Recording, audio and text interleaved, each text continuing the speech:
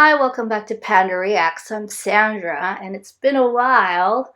Um, and I'm excited to say that in March, the new season 3 Mandalorian is coming out.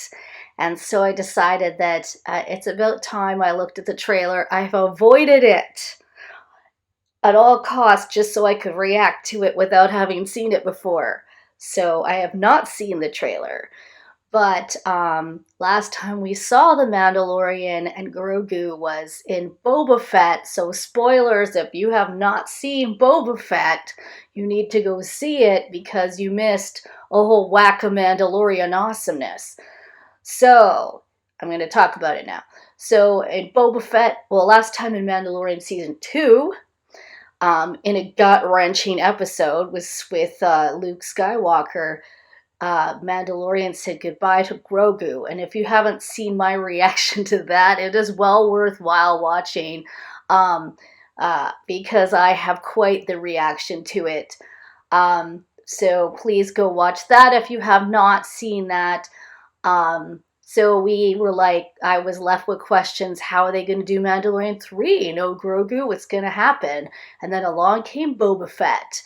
And I enjoyed the series, and of course, even more when Mandalorian showed up.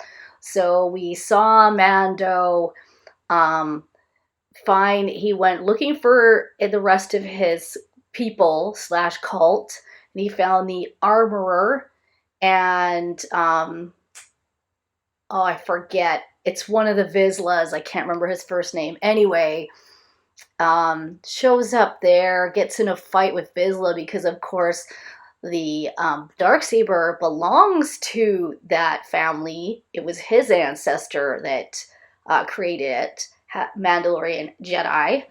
Kind of a contradiction, but whatever. But Mando won and got to keep the lightsaber and the Darksaber, excuse me, and he admitted, because he's an honest dude, that he did take his helmet off. And just like that, the armor said, "You're out. You're no longer part of this crew." Well, thanks a lot, lady. But before that happened, she turned his sweet spear, his Beskar spear, into chainmail little outfit for Grogu, because he wanted to go say hi and visit him. So he hightails it to where I guess he knows, or I can't remember how he found out where Grogu was. I think it probably wasn't a secret.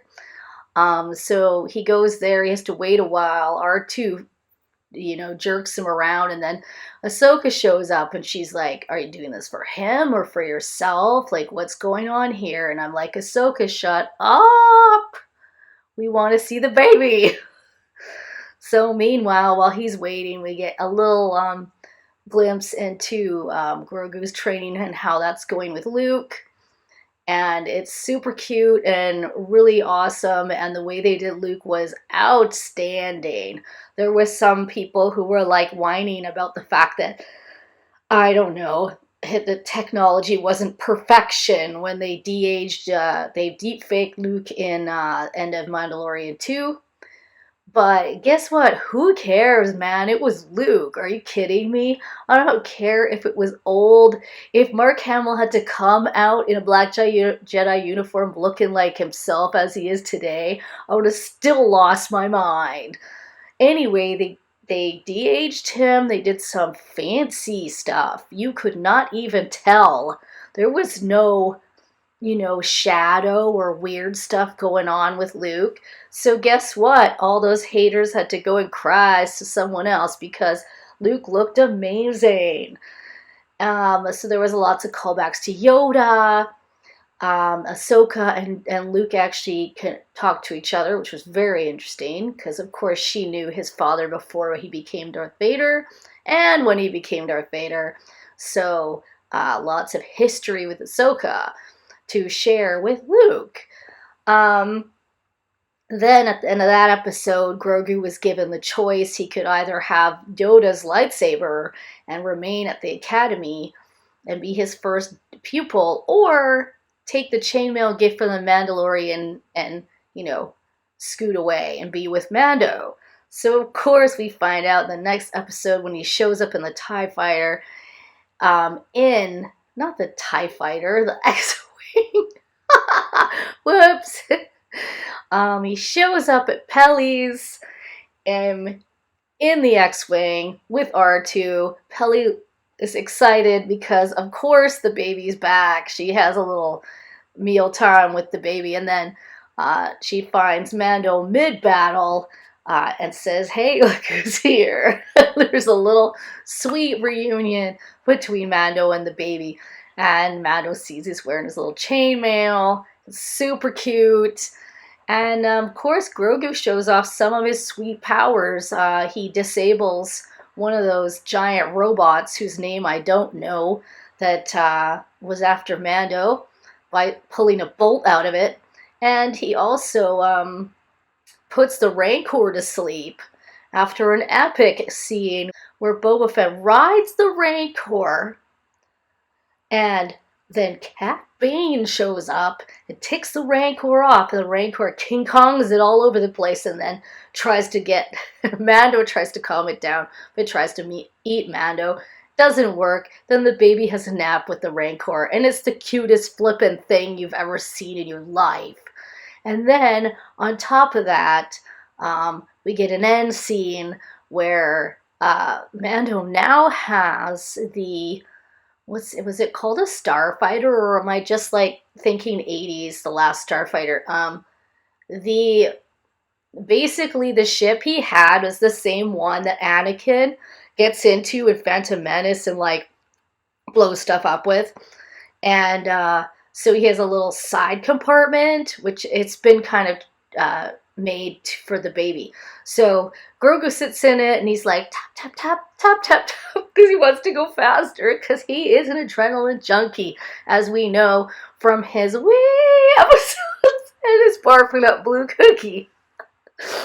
So I cannot wait for season 3. And while I'm waiting, I think what I'm going to do is go back and watch Andor. I have not watched Andor, mostly because I kind of Star Wars myself out, if that's even possible. And I thought, I don't know. And then, of course, this one is ranked to be the best written ever. Dave Filoni and Jon Favreau, you got to stop making such awesome stuff, because do I have time to watch all of it? Well, yeah, but I needed a tiny break after the emotional roller coaster of the last, in 2 years of Star Wars. So, with that all said, let's just get to it and watch The Mandalorian Season 3 trailer. I'm so excited, I can't even. Like stars in the galaxy. What are we? What do we stand for? Come on. Yeah, same ship, okay. Being a Mandalorian is not just learning about how to fight. You also have to know how to navigate the galaxy. Nice. That way, you'll never be lost. Navarro, is that Navarro? Oh, Salacious Crumb, Carl Weathers.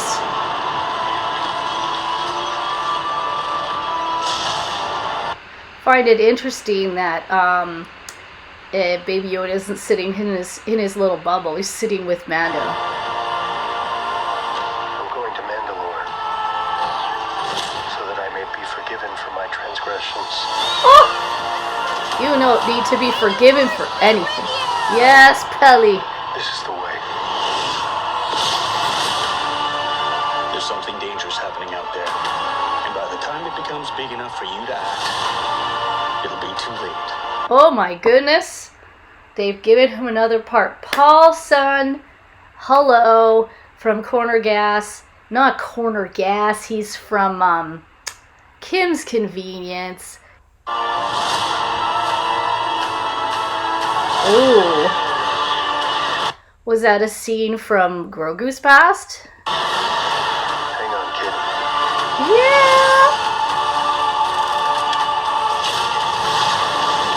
Oh yeah, we got some Mandalorians back again. Ah! Oh no. This is the way. Yeah, get out of there. Excuse me. We have to see that again. I'm sorry, that has to happen again. Oh, hello, Beastie. Guess This what? is the way. I just forced. Yeah.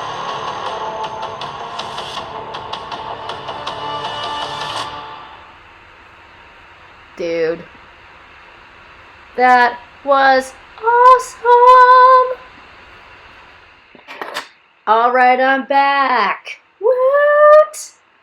Alright, I wish it was longer. I totally wish it was longer.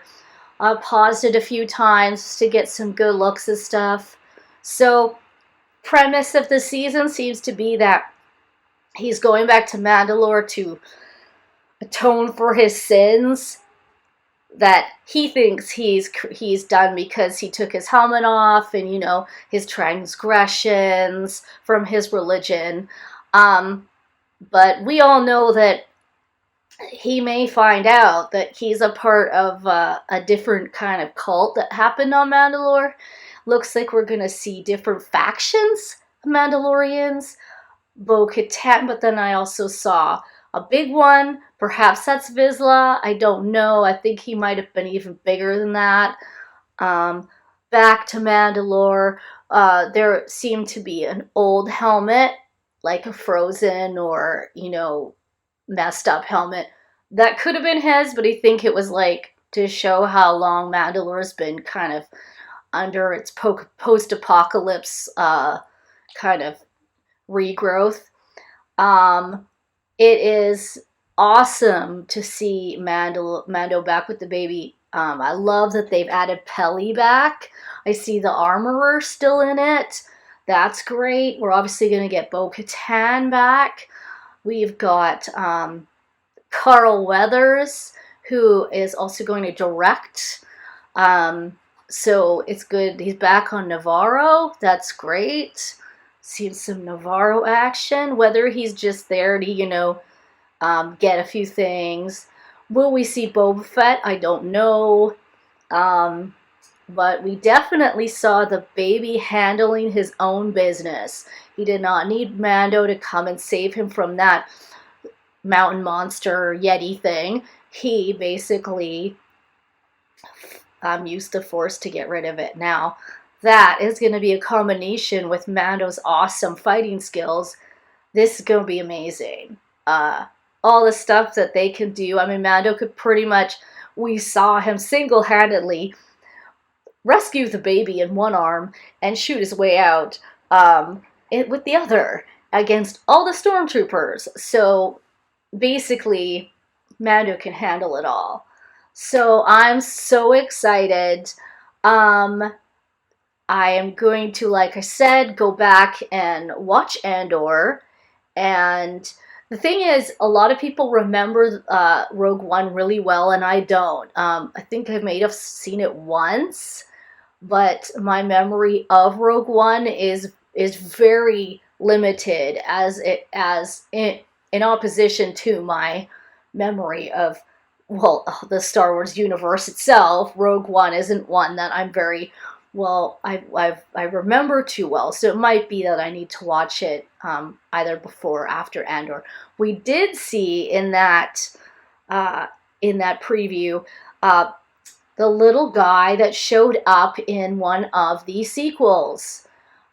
Little tiny dude with the mustache, the little hat. He was like, yeah, in the background behind the broken window. There was another one of him too, but in the sequel, when they're erasing 3PO's memory or they're trying to get 3PO's memory back, my brain is not quite remembering. He was the one that worked on 3PO. He was a little tiny dude. So I'm excited to learn more about those characters as well. That's the thing about Dave and John, is that they just are such fans that they literally are doing exactly what I would have done with the universe. Like, I think that they fulfilled all the 80s babies' dreams. And I have to say 80s babies because, I wasn't a baby. I grew up in the 80s. But the fact is, when you grow up with that, in your life, and it continues to be a part of your life. There's things you really wanted to happen and you just like dream about, and Dave and John make those things come to life, and you just can't believe that they're actually doing it. So I hope that they continue on their wonderful journey and don't get too bogged down in too many things. But I really need to get back to Andor. I need to finish Clone Wars. I was only up to season 4. I never got into the Bad Batch because I wanted to finish. Oh, I had all these things I had to do. Clone Wars, and then there was another one that I forget.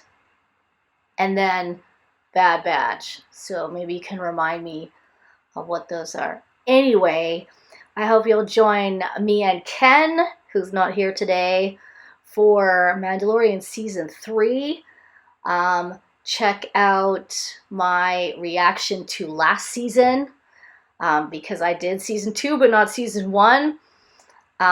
And check out my Clone Wars reactions, Boba Fett, Obi-Wan, and coming soon, Andor. Bye.